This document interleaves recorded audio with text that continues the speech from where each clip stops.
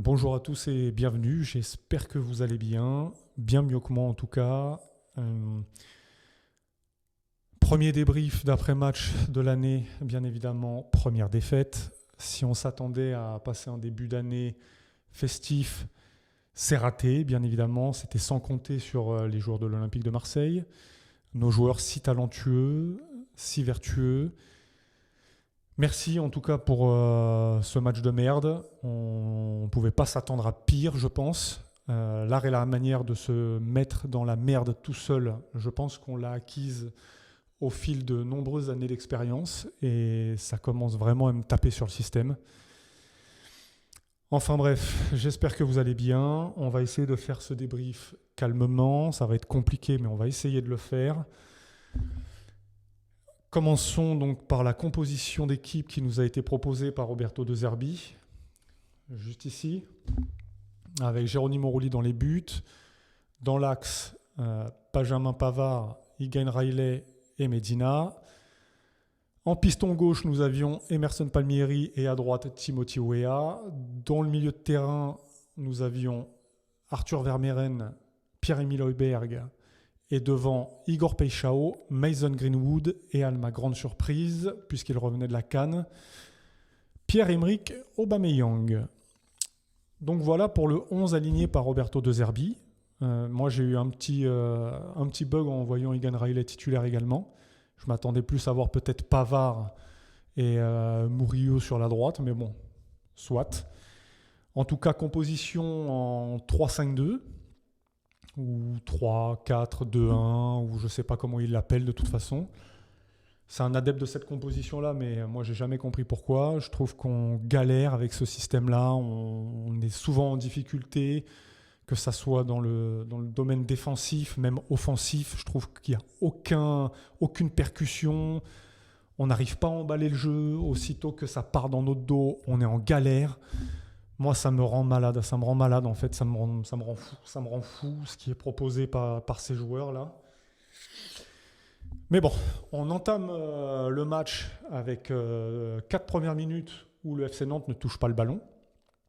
Mais bon, 4 minutes où le Nantes ne touche pas le ballon, mais aussi 4 minutes où on n'est pas dangereux du tout, comme à notre habitude. On a souvent le ballon, mais très peu souvent dangereux. Donc on joue à la baballe, hein, on tourne, ça va à gauche, à droite, comme on sait le faire, comme à l'accoutumée, j'ai envie de dire. On sait bien le faire, ça, jouer à la baballe. Par contre, quand il s'agit d'être plus incisif et dangereux devant les buts adverses, ça, là, il n'y a plus personne, on ne sait pas le faire. À noter, sur un centre de Paixão, notre première occasion sur une tête de Pierre-Emerick Aubameyang. Tête pas trop dangereuse, hein, j'ai envie de dire. Et à la 6e minute, j'ai commencé à me dire que ça sentait le roussi quand j'ai vu que sur une perte de balle au milieu de terrain, on s'est fait mettre en danger tout de suite. Tout de suite, sur une perte au milieu de terrain, on a les attaquants nantais qui se projettent, un décalage sur la gauche, une frappe de Hablin, et là, le Rulli fait un arrêt. Rulli fait un arrêt et ça part en corner. Et là, je me suis dit, on est déjà en difficulté en fait sur la première perte de balle qu'on a. Et là, je me suis dit, déjà, ça commence à sentir mauvais. Et directement, corner. Alors, j'ai pas trop compris ce qui s'est passé. Donc, sortie de Rulli, je crois, ou déviation de la tête. Je crois que c'est ça plutôt. Déviation de la tête d'un Nantais au premier poteau. Rulli lobé. Enfin, lobé, je sais pas comment on peut appeler ça en fait, parce que la logique voudrait que Rulli puisse la dégager en corner, une nouvelle fois, ou du moins par-dessus les cages. Mais là, Rulli nous fait une sortie où, en fait, en sautant, en mettant sa main, il dévie la balle dans nos buts, en fait. Et là, je me dis, ça y est, c'est parti. Ça y est, c'est parti. On va commencer à galérer. On va pas s'en sortir. On se met dans la merde tout seul, comme d'habitude. Et on va passer encore notre temps à courir derrière le score. Chance pour nous. Apparemment, vu encore à la VAR intervient, position de hors-jeu, action de jeu de l'attaquant nantais, et le but est refusé. Alors les gars, on va pas se mentir, si ça arrive dans le sens inverse, on fait un scandale. on fait un scandale.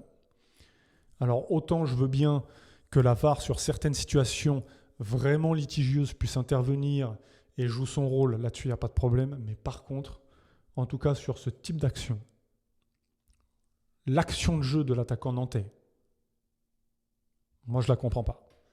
Perso, je ne la comprends pas. Rouli n'est en aucun cas gêné. Il fait une sortie où il se chie dessus.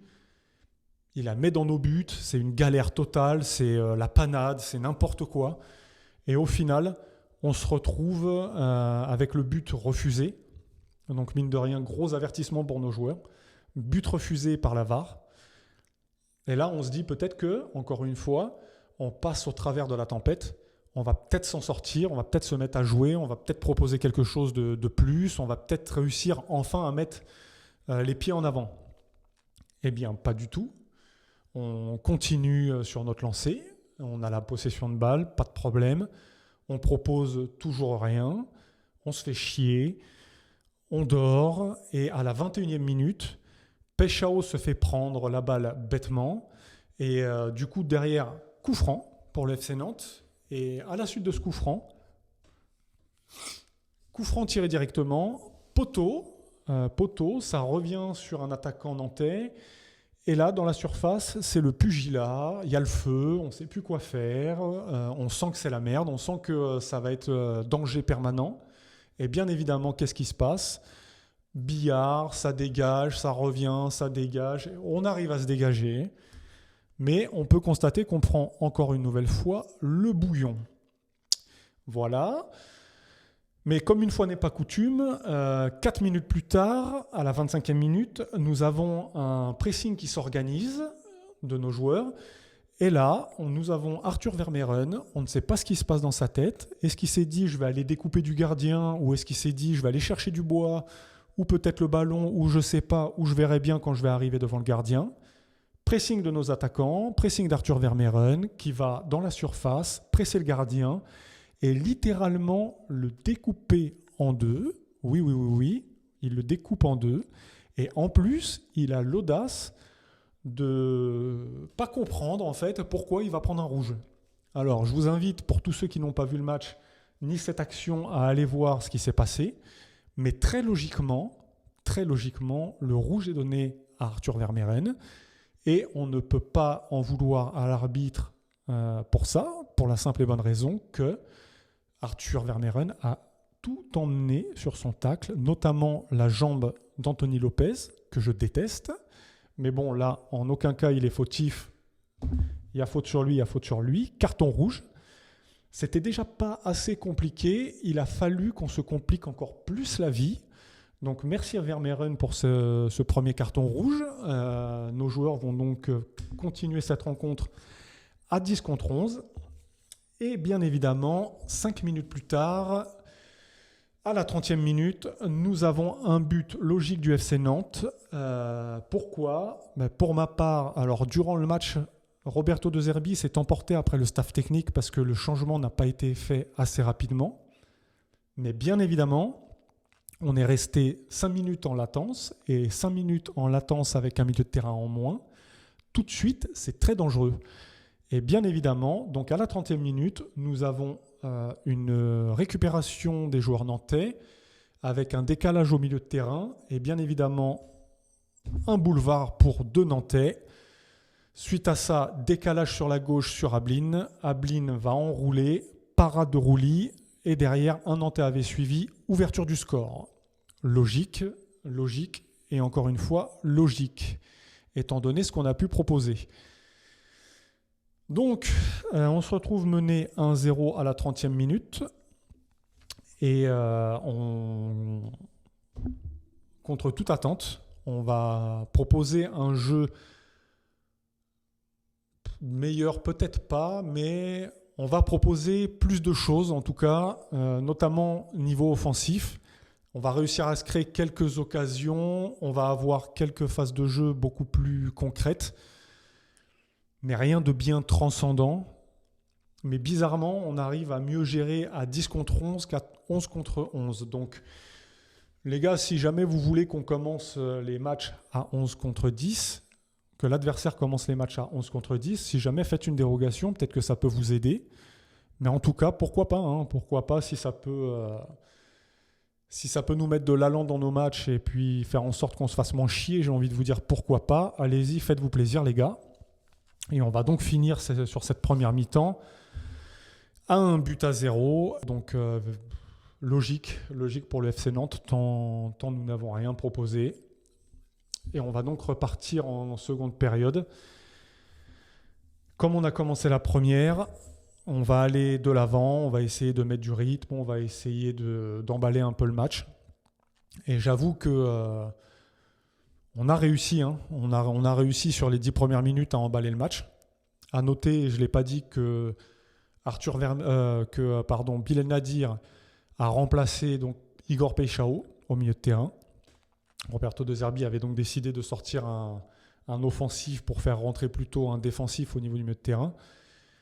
Et donc on va commencer cette deuxième période avec de l'envie, avec de l'engagement. On va réussir à aller vers l'avant, on va réussir à se créer quelques petites occasions, on va réussir aussi à jouer à une touche enfin. Et puis vient la 55e minute où, après un carton jaune obtenu par Bilal Nadir bêtement 5 minutes auparavant, Bilal Nadir va tout bêtement, suite à une poussette dans le dos d'un joueur nantais qui se projetait presque, je dis bien presque parce qu'il n'était pas encore dans la surface, mais au moins aux 25 mètres de notre surface, Bilal Nadir va rien trouver de mieux qu'après avoir été passé, effectuer une poussette dans le dos de ce joueur et donc prendre un deuxième carton jaune, comme si ça ne suffisait pas. À 10 contre 11, c'était pas assez difficile. On s'est dit pourquoi pas prendre un deuxième carton rouge. Et donc du coup, carton rouge pour Bilal Nadir. Bilal Nadir qui va du coup quitter ses coéquipiers en larmes sur le terrain. C'est vrai que, on a vu que ça l'a touché, hein, personnellement, on voit bien que ça l'a touché, mais c'est incroyable. Donc on va finir la rencontre à 9 contre 11, et même à 9 contre 11, on a réussi à se créer quelques occasions. Alors pas bien franches, hein, mais on a réussi à se créer quelques occasions. Et il ne va pas se passer grand-chose jusqu'à la 86e minute où une faute va être commise sur Ablin. Et bien évidemment, penalty sifflé. Et du coup, 2-0, but de Rémi Cabella sur le penalty. Et c'est ce qui va venir clôturer le match. Que dire ? Je suis énervé, j'ai du mal à tenir. Donc, que dire ? C'est une honte. C'est une honte de perdre encore des matchs et des points devant 64 000 personnes. Un vélodrome qui était bouillant. Le public avait répondu présent. C'est honteux. C'est absolument scandaleux. Il y en a marre de voir ça. J'ai l'impression qu'il n'y a qu'à Marseille qu'on peut voir ce genre de prestations. Il n'y a qu'à Marseille où on est doué pour relancer les équipes qui sont dans le rouge. Et puis la conséquence au classement que je vais vous mettre juste ici. Conséquence directe au classement de cette prestation magnifique et de ces pertes de points absolument fabuleux de nos joueurs, on peut voir que l'on reste 3e. Pas de bol, Lille avait perdu. On aurait pu creuser l'écart avec eux et puis prendre presque 10 points d'avance, si je ne dis pas de bêtises, quand on regarde sur le 7e qui était le Racing Club de Strasbourg. Donc on aurait pu prendre 11 points d'avance sur la 7e place. Bien évidemment, c'était sans compter sur nos joueurs. Donc, résultat, nous sommes toujours 3e grâce à un goal average positif, mais le Racing Club de Lens a gagné. Ce soir, le Paris Saint-Germain va jouer face au Paris FC. Je pense qu'il n'y aura pas grande surprise. Et donc, on risque fort de se retrouver donc déjà par rapport à la première place à 8 points et par rapport à la seconde place à 7 points. Autant dire, les gars, on va arrêter le suspense et on va arrêter d'espérer ou de faire croire qu'on peut espérer ou quoi que ce soit d'autre. Première et deuxième place, c'est plié. Je pense sincèrement que c'est plié. 8 points, on ne reverra pas Lens. C'est mort, on ne les rattrapera pas. Paris, je ne pense pas qu'on arrive à les rattraper non plus. Et on va plus se battre pour les 6 premières places, en tout cas de la 4e à la 6e place, plutôt qu'autre chose. Donc voilà, j'ai la haine. Très clairement, j'ai la haine. Je suis énervé. J'en ai tellement marre. C'est mon premier débrief et il faut que ça se passe comme ça. Il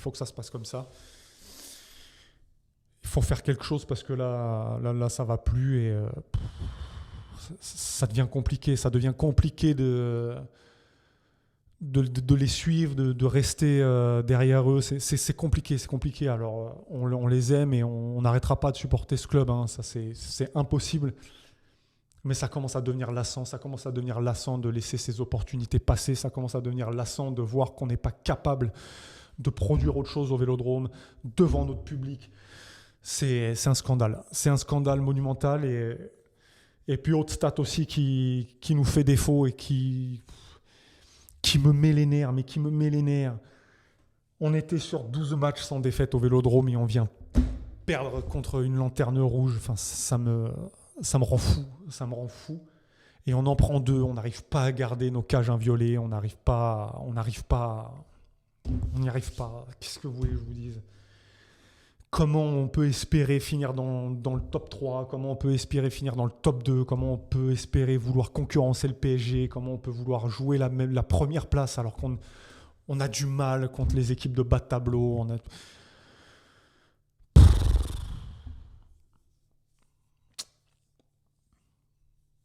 Ça m'énerve et je ne sais pas dans quelles conditions on va aller aborder le match de jeudi face au Paris Saint-Germain, mais compte tenu de ce qu'on propose, franchement, c'est logique. Franchement, c'est logique, les gars. On va pas se plaindre, on va pas faire de manière, on va pas dire je ne sais quoi, mais c'est logique. C'est logique, on est à notre place, on peut pas mériter mieux, on peut pas espérer mieux avec ce qu'on propose. C'est pas possible. Donc essayons de rester juste, essayons de rester à notre place. On est 3e, on va jouer, je pense, cette année pour la 3e place qui sera directement qualificative pour la Ligue des Champions. Et puis, je pense que c'est tout ce qu'on peut espérer, les gars. Ne nous voilons pas la face. Je pense que c'est tout ce qu'on peut espérer. C'est vraiment tout ce qu'on peut espérer. On ne peut pas se permettre d'espérer mieux quand on voit devant comment ça gagne et nous, ce qu'on propose et où on est. Et encore, je pense même qu'on peut s'estimer heureux. Hein, d'être 3e, hein, parce que Lille fait un faux pas. Lyon, ça arrive. Hein. Lyon revient et attention, on n'en parle pas assez, mais Rennes est en train de revenir fort. Pendant que nous, on galère à taper des lanternes rouges, Rennes bat Monaco, Rennes bat Lyon, Rennes accroche Lens. Enfin, Rennes est en train de faire une remontada, les gars. Attention. Je pense qu'on va vraiment se battre pour la 3e place et ça va être très compliqué pour nous, encore une fois, au vu de ce qu'on propose, de rester à la 3e place. Ça va être très compliqué. En tout cas, c'est très serré, comme on peut le voir. Hein. Marseille, 32 points. Lille, 32 points. Lyon, 30 points. Rennes, 30 points. Après, c'est décroché. C'est 24 points, donc ça va. Monaco est très loin, ça va. Mais de la Ligue des Champions, les gars, à la Ligue Conférence ou l'Europa League, il n'y a qu'un pas. Et en plus, on va enchaîner grand nombre de matchs. Et je ne sais pas si on va avoir la qualité des effectifs pour pouvoir tous les enchaîner. Pardon. Donc, parce que ça, on n'en parle pas. Hein, mais là, on a joué à 9 contre 11. Je ne sais pas si vous avez remarqué, les gars, mais les joueurs étaient morts. Alors, à juste titre, hein, cette fois-ci. Hein, à juste titre. 9 contre 11, ils ont essayé. Voilà. Bien évidemment, avec 2 joueurs de plus en face, tu galères. Ça, c'est logique. Mais on les a vus déjà emprunter. Et on sort de trêve. On sait ce qui se passe au mois de janvier, les gars. On a 8 matchs. Plus que 7 maintenant avec la première défaite. Mais là, ça sent mauvais. Donc déjà jeudi, à mon avis, la fraîcheur physique contre le PSG, à mon avis, on va piocher. Enfin voilà, donc que dire de plus à part que merci les gars, merci les joueurs pour ce début d'année de merde. Merci pour la soirée de merde qu'on va passer et pour bon nombre d'entre nous, le début de semaine de merde qu'on va passer en attendant le match de jeudi en finale de Trophée des Champions. gavé. Gavé. Qu'est-ce que vous voulez que je vous dise de plus ? En attendant, les amis, n'hésitez pas à me dire ce que vous avez pensé de ce match en commentaire. Personnellement, j'ai rien d'autre à dire à part que c'était une gerbe et que j'en ai plein le cul de ces joueurs. Vraiment, j'en ai plein le cul de ces joueurs. On peut faire du cas par cas, hein, mais là, je vais juste en sortir avant de terminer la vidéo quelques-uns, notamment Mason Greenwood. Mason Greenwood, je t'adore, frérot. Je t'adore. Rouli aussi, on va en parler avant de terminer la vidéo, mais Mason Greenwood, je t'adore, mais dans des matchs comme ça, on t'attend plus. On te voit pas, c'est le néant, c'est lent, tu dors, on te sent à 2 à l'heure, enfin, c'est pas normal. Ton statut de leadership doit te pousser en fait à faire plus. Et là, on attend beaucoup plus de toi. Tu as un talent monstre. Et en fait, j'ai l'impression des fois que ce joueur, il se repose sur ses acquis. Et là, sur ce match-là, je te sens encore une fois nonchalant, pas prêt. T'y vas, mais t'y vas pas trop. À un moment donné, tu tombes devant la surface, t'attends. T'es comme ça, là. Tu regardes l'arbitre, t'attends qu'il siffle faute, alors qu'il n'y a rien, frérot. Il n'y a rien, frérot. Lève-toi et joue. Tu m'énerves quand tu joues comme ça, Mason. Tu m'énerves. Tu es capable de tellement mieux. Tu m'énerves quand tu joues comme ça. Rouli, pareil. Capable du meilleur comme du pire. Le gars encore. Heureusement sur ce match-là. Heureusement qu'il est là. Il sauve 2-3 tête à tête. Mais qu'est-ce que tu nous fais sur le corner, sur la première action du match où ils ouvrent le score et où il y a la VAR qui intervient. Mais qu'est-ce que tu nous fais ? Qu'est-ce que c'est que cette cagade avec la main ? Et puis alors ton jeu au pied, Rouli. Les gars, est-ce qu'on en parle du jeu au pied de Rouli ? Je t'adore. Sincèrement, je t'adore. Je t'aime à la folie. Tu me régales. Tu nous as rapporté un nombre incalculable de points, mais ton jeu au pied, sans déconner, améliore-le. Les gars, faites quelque chose. Le staff, je sais pas, mais il faut faire quelque chose. Le jeu au pied de Rouli, c'est un calvaire. Sur les relances dans l'axe, on se met en difficulté. C'est grave, les gars. Franchement, je repense aux actions, mais c'est grave. Je sais pas ce qu'il faut faire. Hein. Est-ce qu'il faut que tu te prennes moins la tête et que tu mettes des mythes devant ou que tu améliores ton jeu au pied, j'en sais rien, ou faire un mix des deux, je sais pas,